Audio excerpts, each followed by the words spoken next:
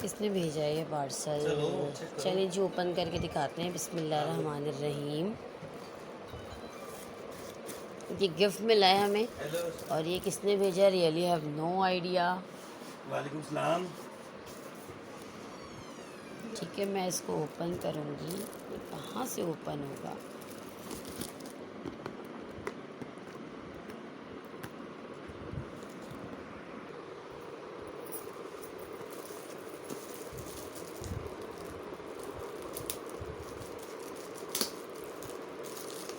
आजकल इतने गिफ्ट्स आ रहे हैं, कुछ नहीं पता चल रहा कि कौन भेज रहा है।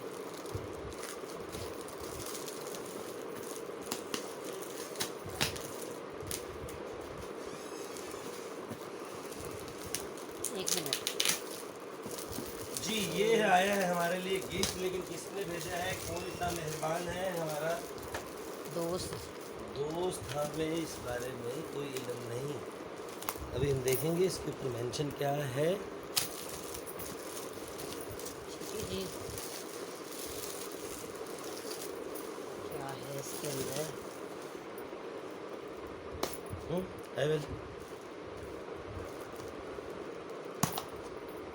बिस्मिल्लाहिर्रहमानिर्रहीम। कार्ड। Oh my God. अस्सलाम वालेकुम मेरी प्यारी बहन, भाभी and caring Veera. Oh my God, this is for Annie Annie. Waqas.